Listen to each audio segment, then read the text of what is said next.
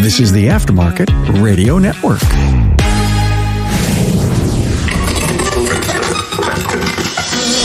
Hey, Carm Capriotto here, the Aftermarket Podcast Pioneer, with part 4 of our leadership series with Mike Davidson, shop owner and a John Maxwell certified teacher, trainer, and coach. This 4th in a 5-part series breaks down what it means to be a true leader and how to implement a growth environment and culture within your business. Hey, it's no secret visible growth opportunities attract high performers to your business. And in this episode, Mike simplifies 5 key components: assigning responsibility, identifying the people in your organization that are willing to invest in themselves, how to develop meetings without you, letting go, so hard to do, and what does your day look like now? Learn some important lessons that are very easy to implement. Hey, thanks to our partners Apex and Shopware for providing you this episode. You know, the chance to nominate your favorite shop owner, service advisor, and technician of the year has arrived.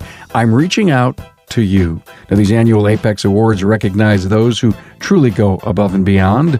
For details, go to aapexshow.com/service awards. Nominations are due Wednesday, September 1st, 2021. Please nominate a top performer. Hey, here's something to think about. How often do your advisors play phone tag? Well, every ring, every voicemail, it's time ticking on a stalled job. Shopware's digital communication is really as easy as the customer clicks yes. Find out more on the web at getshopware.com. Hey, to listen to Mike Davidson's previous leadership episodes, search on your listening app or just key in Mike Davidson on any search bar on my website, remarkableresults.biz. You'll be glad you did.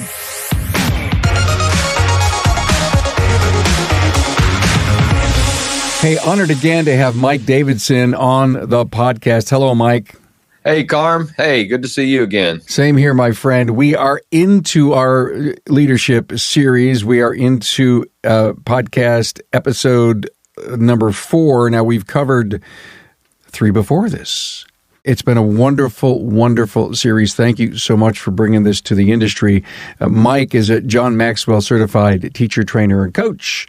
Owns a company called Industry Essentials with an incredible apprentice program, a wage and hour book, and the latest book is Technician Time Management. I just can't wait to read that one. And of course, we're doing this series on leadership. And Mike owns Parkway Automotive, Little Rock, Arkansas. You're a busy guy. It looks that way, but it is about managing a lot of this, and I do have to manage. And there's going to be a neat story in how that developed over time on lesson. In this lesson, when we're in the middle of 5 lessons to create a leadership growth environment. This is part 2, and we did the first 5 of those in podcast 3, and then in this one we're going to do the last 5. In the 10th lesson of setting up a leadership growth environment, you're going to learn how this actually happened. Well, good for you. Let's jump in. Creating a leadership growth environment, part 2. So lesson number 6, assigning responsibility. It's one of those things that you actually might consider delegation, but when you assign responsibility, there's an idea that you're able to sort of step back and watch. And I think the first thing that one must understand is, there's a difference between delegation and helping people grow. And so if I delegate, I'm typically giving people things I don't want to do. You mentioned it earlier, right?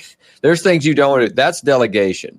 When you are developing people, then you're giving them things that you do want to do to allow someone else to do it and to grow.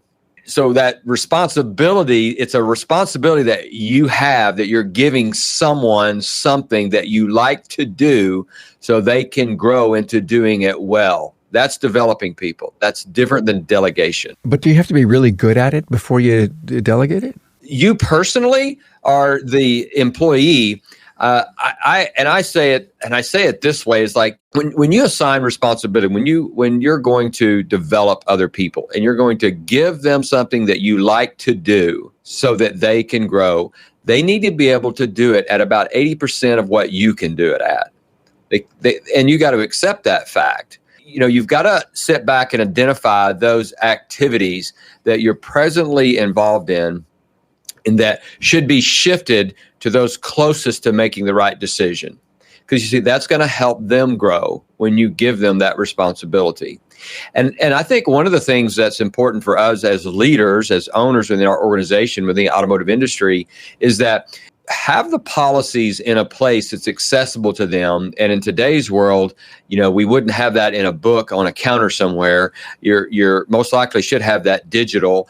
I use an organization called Waywe, and Waywe is fully digital. And so when I started doing this some years ago, an employee would come to me about whatever, the first question I would ask them is that, have you looked in Waywe? Now, I probably had to do that for like 6 months. I would say, have you looked in Waywe? Have we looked in Waywe? Finally, they realized that they need to go and look in Waywe before they come to me for their answer. And what is Waywe? Waywe is an electronic a platform that actually allows you to put everything about your organization electronically. And I mean, everything from policies, procedures, to process, to HR, to retirement plans, succession plans, everything's digital. And then you can determine who gets to see what. They allow that. And what it's allowed for me, it's done two things. It's one, allowed my employees to find out answers on their own. And then secondly, if I got carved from the planet, all I have to do is make sure that certain people have my username and password for Waywe, and they have everything they need to know about, they need to know for me. But then also, if someone wanted to walk in and buy this company and buy this organization, then they have everything they need for this company to operate correctly. Everything's there. It's not in some book somewhere or in Mike's head or on a flash drive in my pocket when I, went off the cliff and into the ocean somewhere. It's totally gone. It's there electronically for them. So Waywe helped me establish even value to my business because someone could walk in and purchase it because everything they needed to know to operate this business is there for them. But more importantly, I look at the employees because we're going to give them that responsibility to find out answers on their own. And I think we as owners have to look at the responsibilities we currently have and then look for ways that we should redistribute those responsibilities. This provides opportunities for growth when you give people responsibility. It's the difference between managing people and developing people.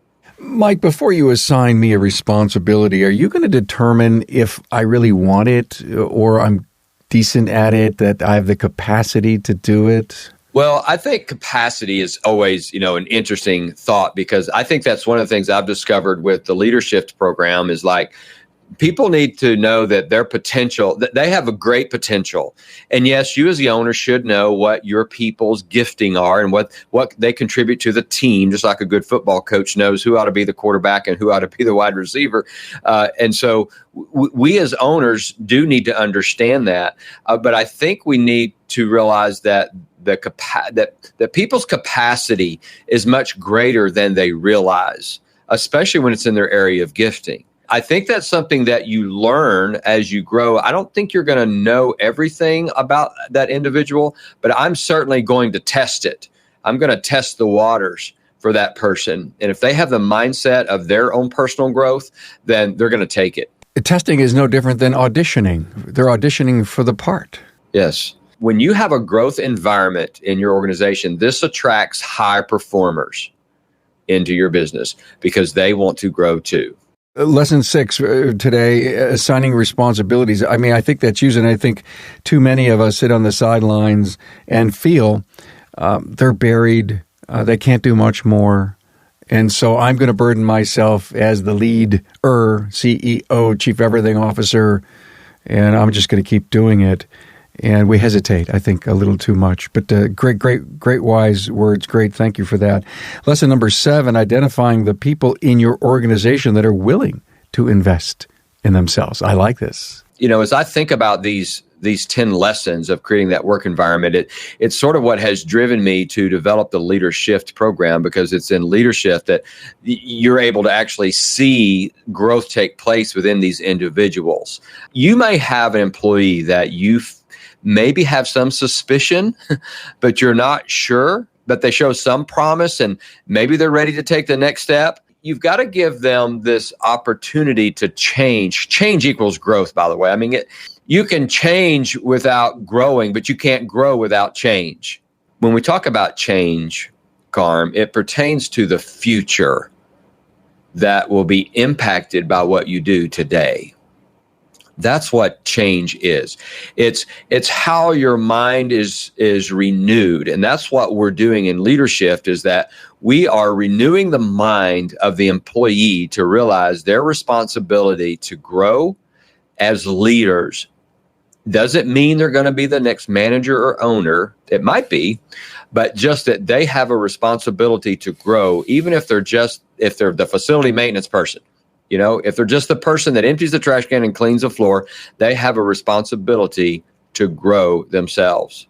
And it doesn't happen in a day, but it does happen, daily.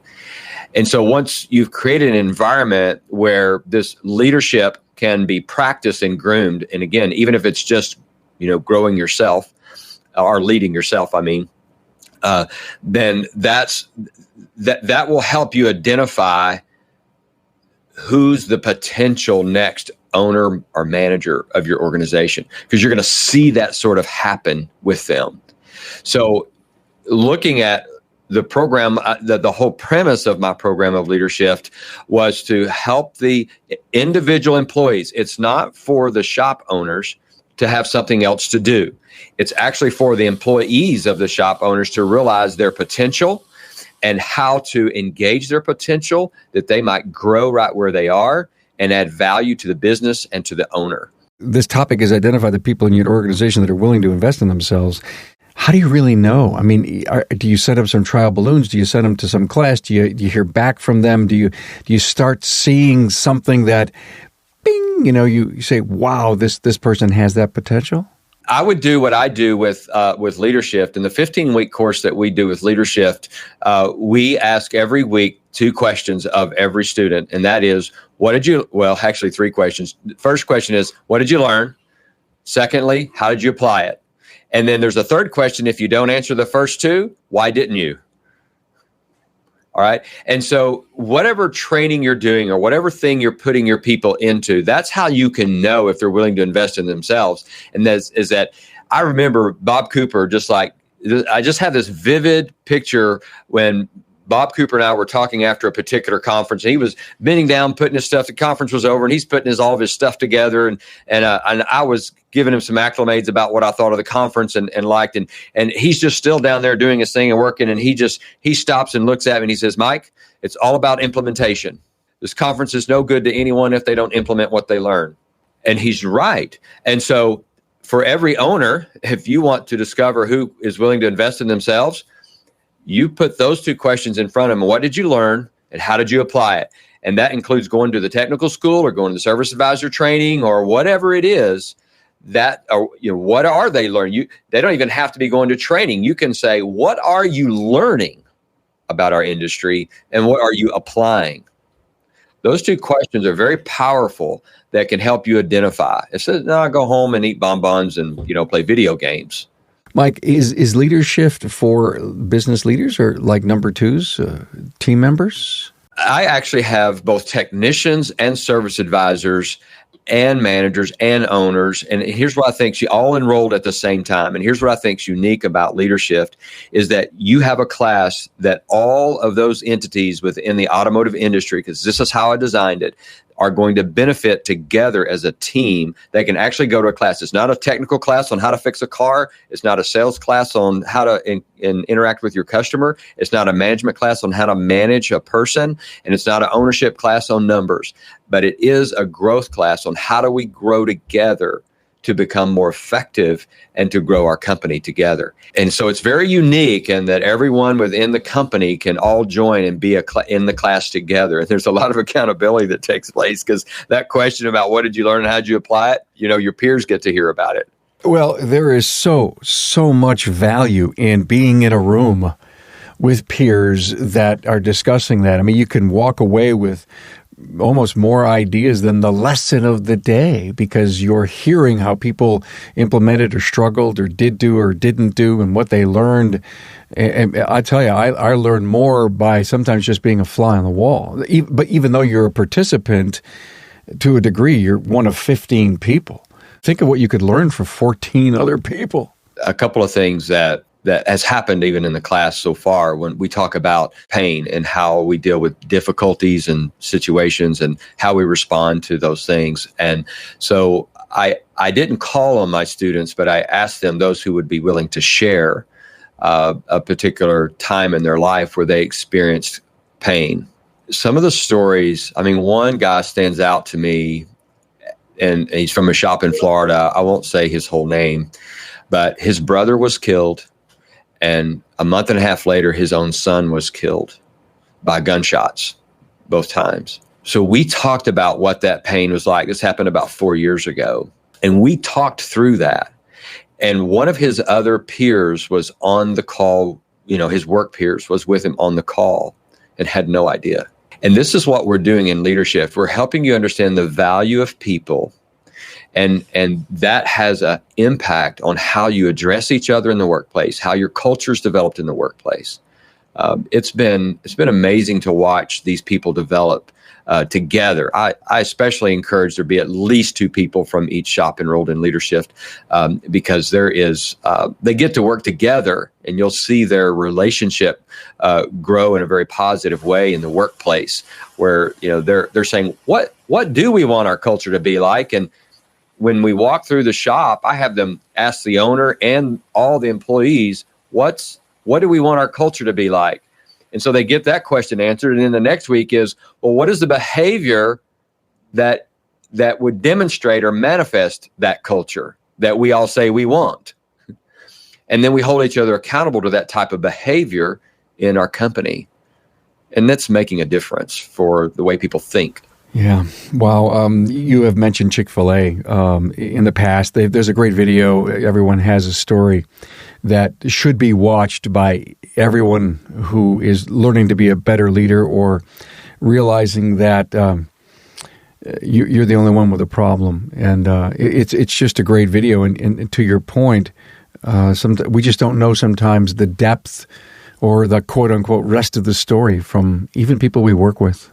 Yeah. Yeah, we really don't, and I think at the heart of it all is realizing that people have value, which means that they have something to offer that can be of help to you, and that you too have value, that you have something to offer to help others, that you've been given a gift that you are very good at. You have something that you can be great at, and so does everyone else, and so gleaning from those other peers within your organization. It's like hitting the jackpot. It's the lottery. You got however many people are in your organization. This is how many people you get to learn from, and you can't miss that. I can't imagine, Mike, here you have this environment where you're asking people to share some pain, but you could do this in your own organization.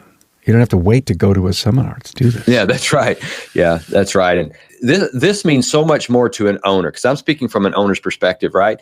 If one of my employees came to me and said, Mike, what do you want the culture to be like in your company? And then I saw him going to all the other employees and asking the same question. I think I got a potential leader on my hands. See, he's taken initiative, and then he's trying to discover what is the behavior that we want. He's sort of heading that up. It's powerful when employees are doing things. We had 7 catalytic converters stolen from our lot one evening, one weekend. I know that's going on all around the country. But one of my employees came to the office, Carm, and here's what he said. What do we need to do to overcome this loss?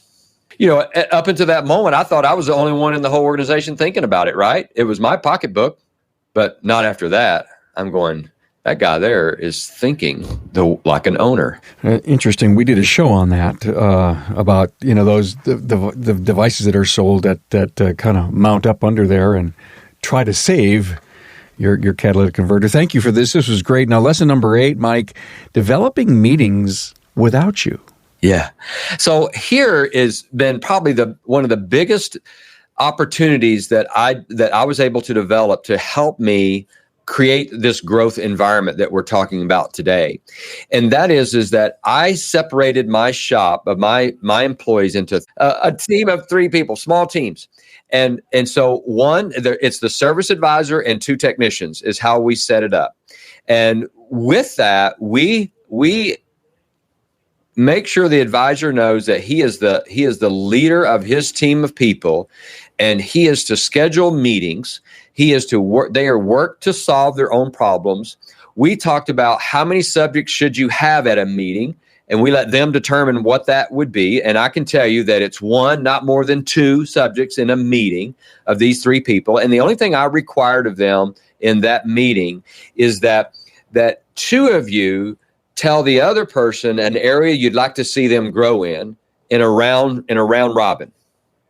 So you've just got this little small group where the whole shop doesn't know the whole problems, but these 3 people that work together all the time as a small team, 1 advisor, 2 techs, they are helping each other grow, and they become more vulnerable to one another to tell each other areas they need to grow in.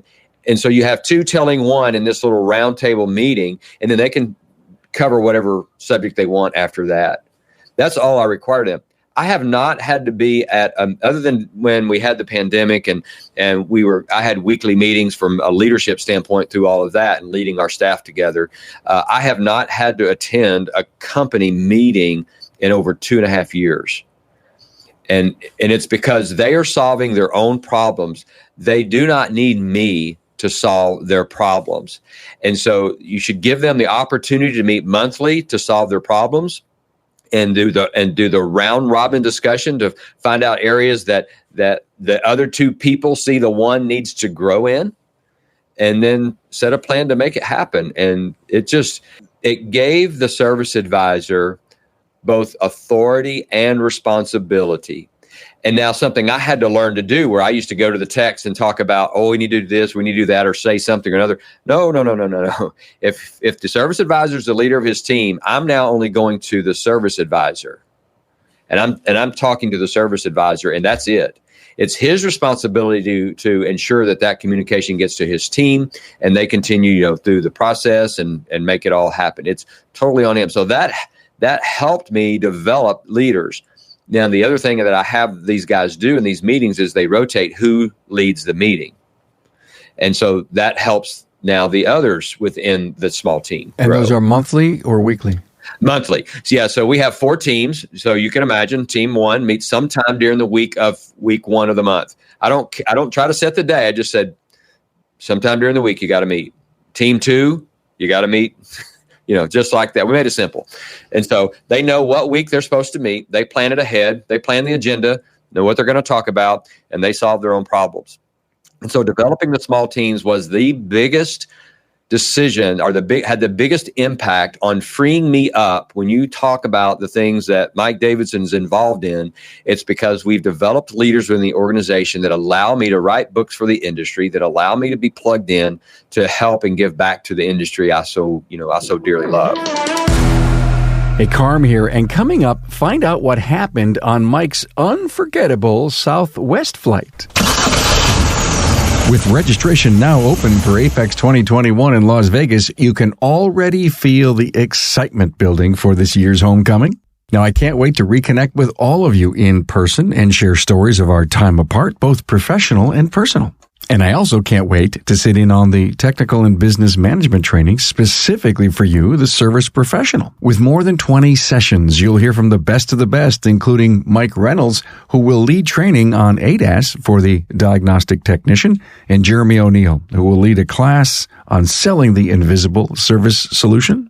Make sure to also experience the new Repair Shop HQ and Joe's Garage. It's designed with you in mind. And visit the show floor to see many new products and emerging technologies. The dates again, November 2nd through the 4th, 2021. Be there. Hey, register now at aapexshow.com.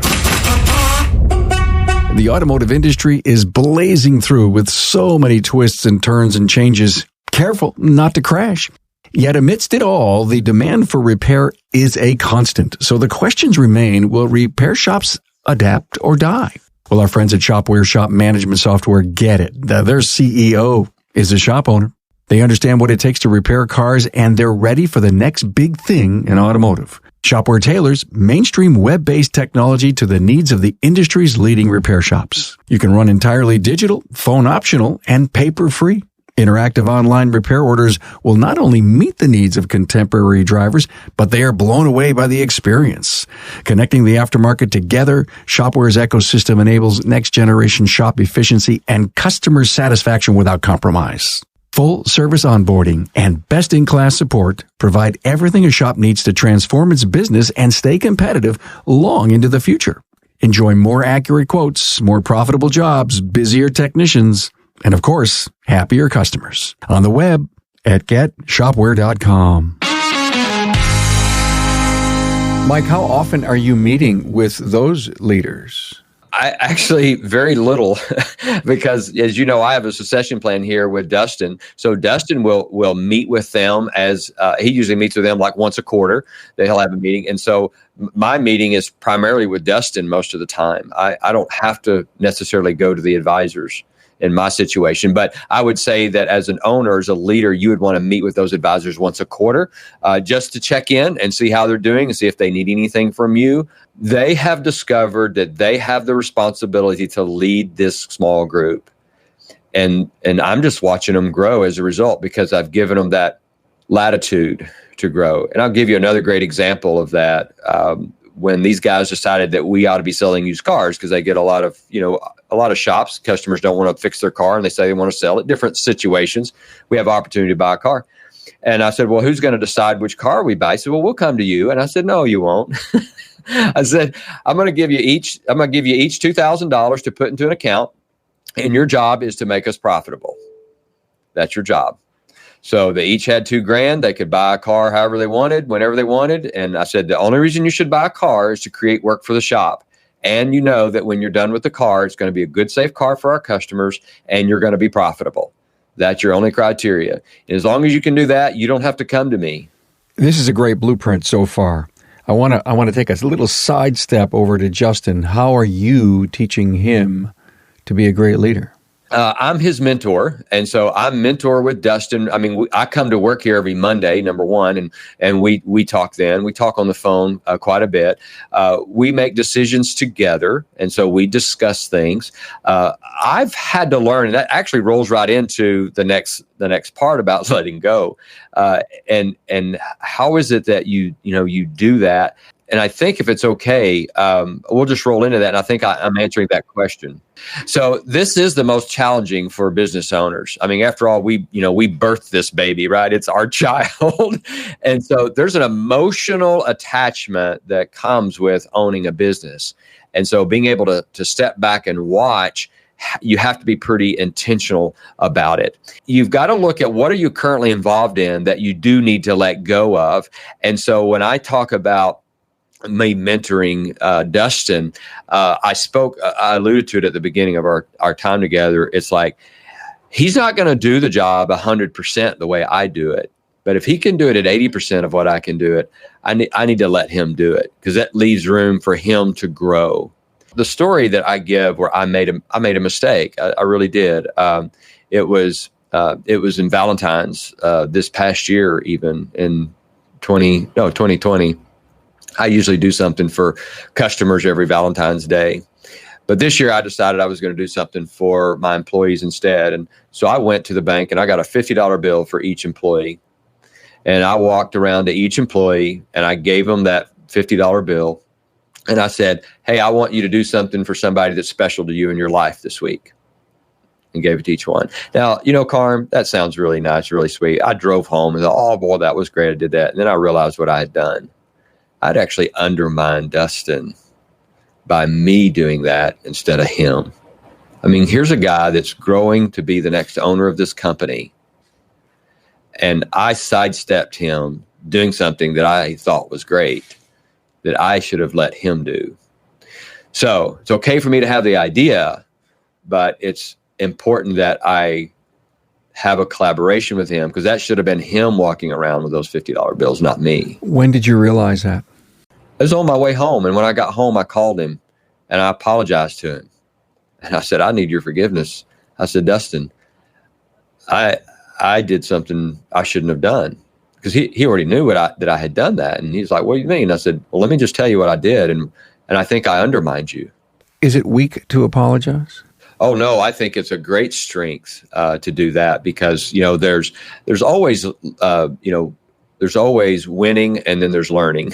And so this is an look what I learned from that experience, from me thinking that through and having that reflection about, man, that seemed great on the surface, but when I realized that what I did was the wrong thing, and to come back to Dustin, that knits our relationship even greater, because he knows he can trust me, and he knows that he can tell me if he sees me doing something wrong, and I'm not going to lose it or be angry. I'm going to try to learn from it. And so it's actually a strength. It is not a weakness. It is in fact a strength to be able to do that. Because see, I value Dustin. He's valuable to me. Mike, does everyone have to have a Dustin in order to let go? Well, I don't think necessarily, because I think back in letting go as a service advisor, for me, when I put in service advisor, this is how I started the company. I was a service advisor, hired 2 technicians over 23 years ago. And then there came a point that I could no longer be the service advisor. I actually had to start running this thing like a business, and become an owner that I actually was. And so I'm sitting in the office and I'm hearing these things that these advisors are saying and doing, because it's within earshot of Mike. And I had to have a lot of self-discipline to say, wait, I don't need, because I did this, right? I ran out there, every time I would hear or see something, and make this course correction or adjustment with them. And see, all I'm doing there is I'm managing people. I'm not developing people, which is, what we want to do. We want to develop people, not manage them. And so now I've learned to just, it's okay. They're going to do it differently than me, and just let it go. If I have hired them, let me tell you, the only reason we hire people is to do something that we can do or don't want to do, or we need done for us. Maybe that's best said that way. That's the reason we hire people. So you either hire them and give them an opportunity to fail, give them the latitude to fail, and then help them learn from that so that you're growing them. Or you can go out there and get mad at them every time something goes wrong and have this miserable life. So you hear something, you're within earshot, you realize that they've got to learn and fail forward on their very own. But they may not know that they've failed. They may not know that they did something wrong, world according to Mike.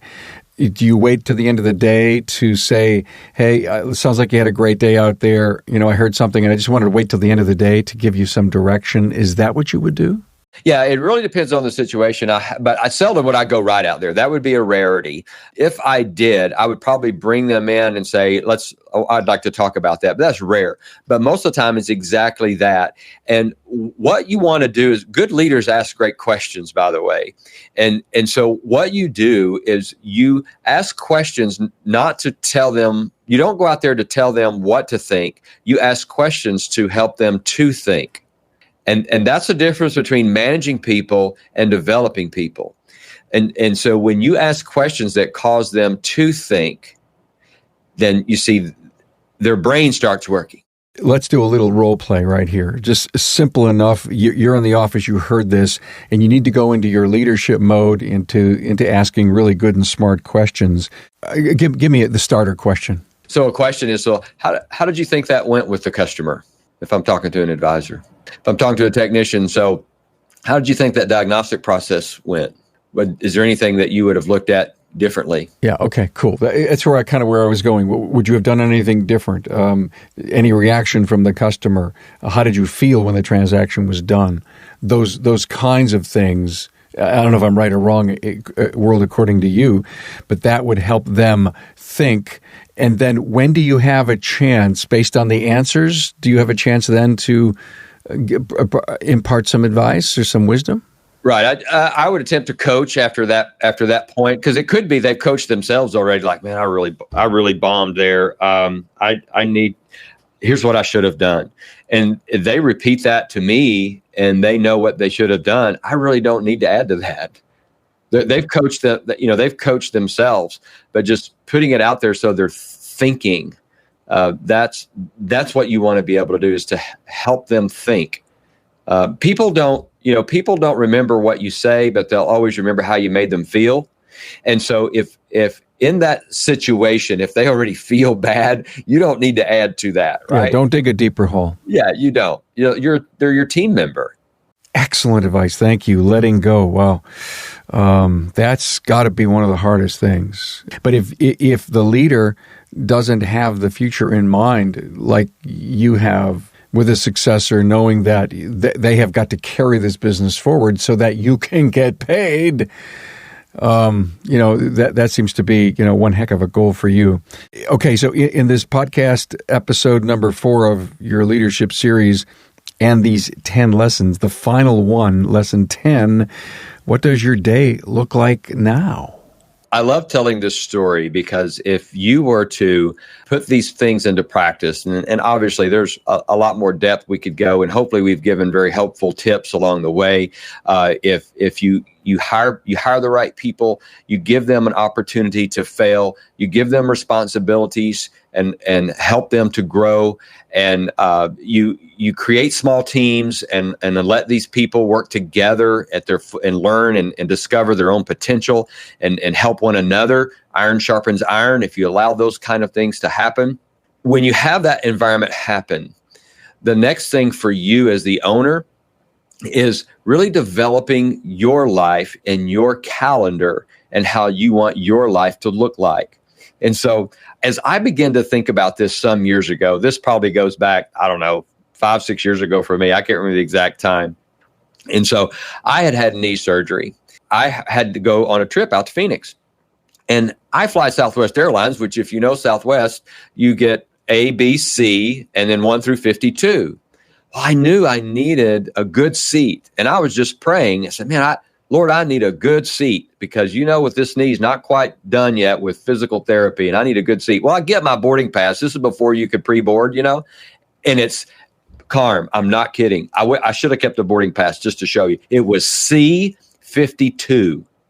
Okay, so I'm the last person on this plane to Phoenix from Little Rock. And I'm going, well, there's no way I'm going to get a good seat. Well, I walk, I'm literally the last person in the line. I walk in the entrance of the plane. I make the first right. Where they got all that room right there, that first seat on the airplane has got all that room. Would you believe that the first seat, that the middle seat on that first row was still empty? And there was a guy sitting there and I went, he looks familiar. So I just said, hey, is that seat available? And he says, well, yeah, sure it is. So I said, great. I said, I prayed for this seat. I got it. So I sat down in the seat. We're sitting here talking, and I'm talking to this guy, and I kept, how you know somebody, but you don't, you just know them from somewhere. And so you're having this conversation, this initial conversation with him, and we're talking about all this stuff. And he says, now, wait a minute. He says, aren't you the auto guy? It's on television answering car questions. Go, yeah, that's me. And he says, I love watching that. And, we're talking on and on. And then he takes off his sweater. It's getting a little warm on the plane. And he has a Arkansas State University shirt on. And I'm going, oh, my son goes to Arkansas State. I said, and I'm still trying to think, like, who is this guy, right? I know him. And I said, do you work for, the university? He says, no. He says, I'm Mike Beebe. I'm the governor of Arkansas. No. Yes. And so now I'm born and raised in Arkansas, so this is a real embarrassing moment for Mike Davidson that I did not recognize the own governor. And he says, yeah, I'm the governor of Arkansas, and on the other side of you is my chief of staff. See, now you know why that seat was empty, because everyone else knew who he was, and they were too scared to ask. I was just stupid enough to go out, that seat's for me. And so I sat down, had a great conversation with the governor. And so I asked him all to say to lesson 10, what does your day look like? I'm trying to discover. I said, well, here's a guy that's probably really busy. So I asked him, I said, well, how do you do your calendar? And so all the way to Phoenix, we're talking about calendars and how we do it. And of course, he has people to help manage his calendar. I don't have those people doing that for me. Still don't. And so what he taught me was to sit at a certain time of the week and plan your calendar. And then here's a really important step. Once you have your calendar laid out, you send a copy to all your staff. Now, let me tell you what that did for Mike Davidson. All my staff knew when I had meetings. They knew when I did this. They knew when I was going to go meet with NAPA, or I was going to be on a podcast with Carm, so that no one's going to disturb me during that time unless there's blood or death, and you can disturb me, right? Outside of that, they know where I am and what I'm doing. All my staff knew when I was out of town. They knew where I was and what I was doing. They knew when I was preparing to go out of town. They always knew what I was doing. So the interruptions became non-existent, not right away, but over time, they would see my calendar. I do mine on Sunday nights. And and I still do it that way. And they get it, and they know where I am and what I'm doing. And that helped me personally tremendously. So here we have this team set up where people are running and doing and growing all their own. They're coming to me if they need help, but not often. And now I'm putting together a calendar so they know where I am. I'm getting my things done that I need to get done, because we can all have the tyranny of the urgent, or we do what's important, but not what's most important. And so what goes on my calendar is most important. And, the governor of Arkansas, who I, sort of met for the first time that day, right, helped me learn how to do that. And I'm forever grateful. It's been a fun journey. So that, these are all important steps to do. When you create that environment, so many decisions will now be made without you. We've had some of the best year. Our company just continues to grow because our people are growing, because your business will only grow to the level upon which your people grow. Wow. This was great. So many wonderful insights. Our fourth in a series on leadership with Mike Davidson. Mike, what are we going to talk about next? Wow. We're going to talk about the rewards. Yeah. Yeah. What's the reward of growing in leadership? Wow. Thank you so much. There's no doubt that we all could use a dose of lessons in leadership. And thank you so much. I mean, as a shop owner and a John Maxwell coach, you're just perfect to bring this to us with. And I love your stories. Oh my, and you're right. Literally, we could lead by telling stories. Yeah, as I may have even said this before, there is such a leadership deficit in our country and in the world. And when I think about the burden that shop owners carry as a leader within their company, I think that's my motivation. When I say what's the why of me developing leadership, or me doing the things that I do, and going back to even writing the books, it's like, how can I help these leaders within their business to lighten the load just some? And that's been my motivation. And I didn't discover that like I've always known that. I probably discovered that probably about 2.5 years ago. And then I've spent the last 2 years developing my own leadership skills. You got to lead yourself before you can lead others. And so I spent a lot of time developing myself. And by the way, I'm not finished, nor will I ever be. I expect that I will not quit. I will only run out of breath when I'm done. Well, that's kind of how I feel too. Wow. I'm always inspired. Mike Davidson, thank you for the leadership series. Industry Essentials, John Maxwell certified teacher, trainer, coach, Parkway Automotive, Little Rock, Arkansas. Thanks. We'll see you in episode or part number 5 of this leadership series. Thanks, Mike. You bet, Carm. Thanks for being on board to listen and learn from the premier automotive aftermarket podcast. Until next time.